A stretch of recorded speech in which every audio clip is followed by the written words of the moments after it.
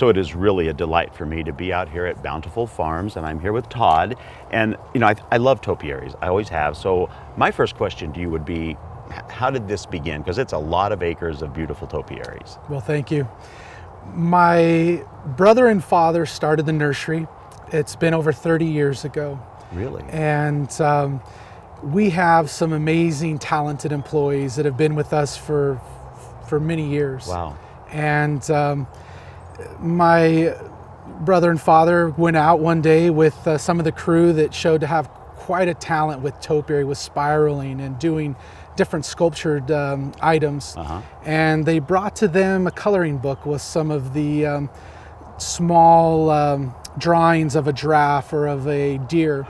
And they showed it to them and asked them to see if they could do something like that out of an arborvitae. And they went right after it, weren't afraid, and they started to create animals. Our first sculptures that were made were deer. And I'll tell you, they don't look like they did back then. They've improved quite a bit, but yeah, that's where it all started. Well, then was that the process that you really are known for now is this metal framing that trains the plant. Right. Was that something that you started with, or was that all the way back then too? Right, so Saul, who does all of the training, he actually bends everything freehand. Oh, wow. And welds it all with a spot welder. Wow. So he will specifically look at a plant and decide if it's going to be a flower or a deer or a butterfly, and then from there he will shape the metal form, the framing, and then draw the plant into that form. Good grief. And that has to be a skill in of itself. It really is. None of us here that own the nursery have these talents. So now I'm wondering, okay, so say someone goes out, they buy one of these, is there a different way to maintain them, the culture? How do you take care of them in the garden? Right, that's a question that we receive a lot. And it really is simple. We try to take the fear away from people by doing some trainings online.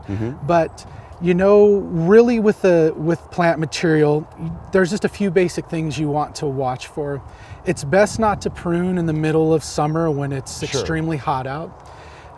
You'll want to do them when you have cloud cover or when it is cooler. And quite easy just to follow the outline of the frame that has been provided here for you.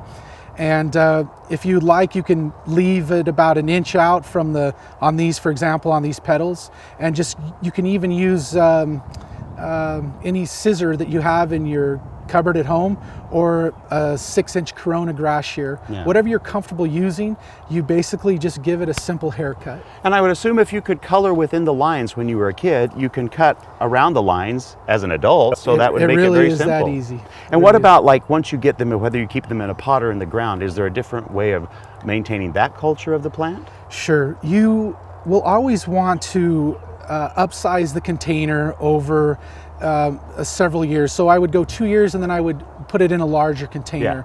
You always want to make sure that the roots are healthy. You can also plant them right in the ground and they do well.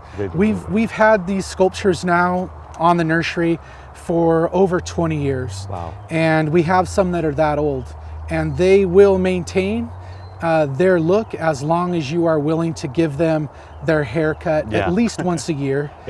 We here in the Northwest, probably twice a year would be best to give them their pruning. So Todd, what about like water, fertilizer, those type of things with these? So this variety we're standing by right now is just a plain emerald green arborvitae. And a very common problem that we have seen is that when someone brings in something exciting like a new topiary, they tend to want to overwater it just because they feel it needs it.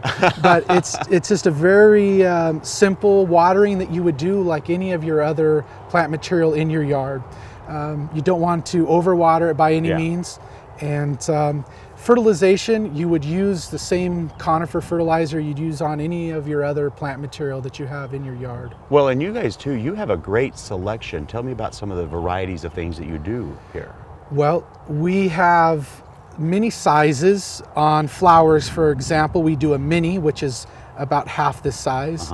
This is a medium that we're looking at here, and then we also do a large that stands up at about 7 foot. Wow.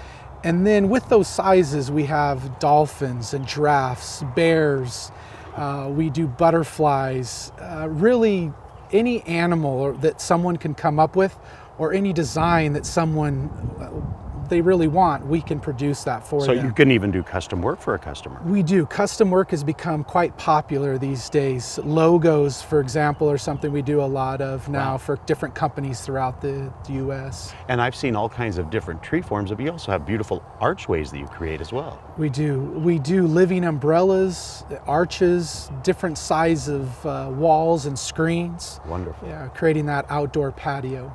Now, one of the things that I love being out here, and this is, my first time to be out here as well, was seeing all of the, what you called European stuff that you have. Correct. Tell me a bit about that, because it is amazing. So we try hard here at Bountiful Farms to be the grower that will turn heads in our customers' garden centers. We always want to have something that looks new and exciting. And we travel to other parts of the world to go get ideas, and my father and brother have been big in seeing that we go out and look around, not just at our neighbors but what's out there. And in Europe they do a lot of outdoor living spaces, and they do a lot of geometric shapes with living plant material, and it just provides some beautiful outdoor living spaces, or something different than just a spiral or a pom-pom. Yeah. So we're always trying to do something a little different and new. And you stepped outside of the comfort zone and used things like these beautiful things of wisteria that you're doing as walls, and then different trees as shape. Really amazing work. Yeah, it's fun, and we have just great employees that work so hard to make all of these beautiful things look so good. And there are a couple places here in the Portland area that actually carry your product, are there not? There are, yes. And tell me, like, I think Brian Bauman, at Bauman Farms actually Bauman's has does carry our product, and they do a great job with it. So, this has really been a delight for me. It's a beautiful place. So for more information on this wonderful stuff, you can go to gardentime.tv. They'll have a list of the places that do carry it. And thank you so much, because you have really made my day. Thank you, Todd. Thank you.